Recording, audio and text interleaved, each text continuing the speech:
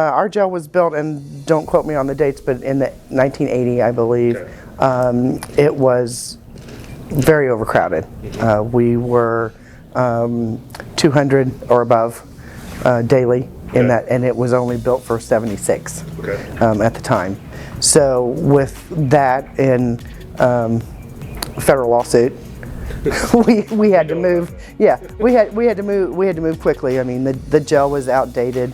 It was not easily accessible, and it was time to move forward. So when and I was sitting in the seats as a constituent when all of this was going on, and so as the discussions moved forward, there was a group of people that toured several facilities, and the one that they landed on that they liked the most was, I don't remember the county, Decatur. I think. I can't remember the county, but it was almost identical to this, and we were able to basically lift those plans up and modify them how we needed them, and it was going to be what we needed, but we didn't have to go through an exact design build for this facility, and that just made more sense. It worked for what we needed. Added an area for our JCAP program, and it was easily lifted and moved over to us. So I came in 2021. So construction had just started. The excavating of the old state hospital administrative building had started, I think, in the fall, late 20, early 21. So I was not part of the design process. I kind of came in at the later stages as the construction started. The fun part. The fun part. It was the fun part. I mean, I will say it was the fun part for something that you lay a plan down for me, and I go, oh yeah, I can see how that works. I have to see walls and things happening, and it was great to watch this go from nothing to something. It was really, I can't even explain the experience. I mean, we're just putting a steel beam in. The last steel beam's going in, but the experience to watch that capped it all off, it was something that I'll never forget. I mean, it was very, it was kind of moving in a way, to see something come to fruition from a plan on a diagram, and to see it come to fruition. And that's when it really started to take shape. And you could see the progress move forward pretty quickly. I've worked with a lot of vendors in my other career, and you just have that kind of project working relationship. They made it very easy, friendly, no stupid questions. It almost became a family. I know when I see everybody out, they're going to say hello, they're going to shake my hand, they're going to see how things are going. So it was interesting to see that it wasn't just a project. It wasn't just a project. It was about building relationships.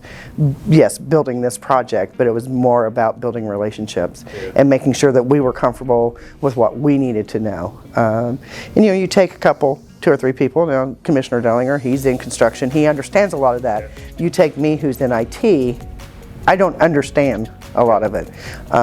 So to make me comfortable in the knowledge, it was just a great experience. When we were having the weekly construction meetings, if there was something that we didn't know, if they didn't have an answer for us, or we wanted something else, if we didn't have the answer, it was gotten very quickly, either by email, phone calls. Nobody was ever unreachable. The county is pleased with it. I am pleased with it. I was just telling you the story of when we were given the tour to our judges, and when they walked in, and I said, "Isn't it pretty?" And they chuckled and said, "Yes, the jail is pretty. Is it supposed to be pretty?" But it is pretty. It's a beautiful structure. It's a beautiful building. Yes, we know what it's for, but there's no reason why you can't do both. You can't have a structure that looks nice and is comfortable and nice for those detainees who are here, either short-term or long-term. Because a previous sheriff once said, and has said many times, we are all just one split-second decision away from being on the other side of the bars. None of us are exempt from it. And so to have a facility that is comfortable, you know, it serves a purpose, but is comfortable. It's I think the citizenry, as they've toured the facility, are very excited about it. You know, with the jail population, you know, it waxes and wanes. You know, there have been times that we've been at close to capacity or over capacity for a short period of time, and then it drops back down. But so far it has. We will probably in the near future start having the discussions of the expansion that was planned for. But we will probably start that. And you know, you can't wait till you need it. You have to plan for that because it doesn't happen overnight. Yeah, but it is. It's exciting. Every time I walk in here, I do say, just like I said to the judges, it's pretty. We have fielded several questions. I know Commissioner Dellinger has also written some recommendations for Elevatus. I would recommend you to anybody who's doing a jail. You've just made this process very easy. I feel that we are friends. We are cohorts. And you guys have just made our life, anything that you can make the commissioner's life easier, is welcomed. I mean, you can't work on a project this long and not develop relationships with everybody. And I would recommend them to anybody. Without Colton and Brad being on top of it and on top of the subs, the one thing that really saved us time, I believe, is when they started to notice that supply chain was going to be an issue. They required all their subs to go ahead and start ordering and getting it here, and then we would store it somewhere. And that, I think that was a brilliant move, and that saved us a lot of time and money, because as the costs increased, we had already gotten it. And you know, if there was a problem, they took care of it. You know, we didn't have to take care of it with the subs, and there were a couple, like any construction project, there's going to be some problems, and they would let us know what the problem was, and they would handle it, and then they would let us know that it was handled.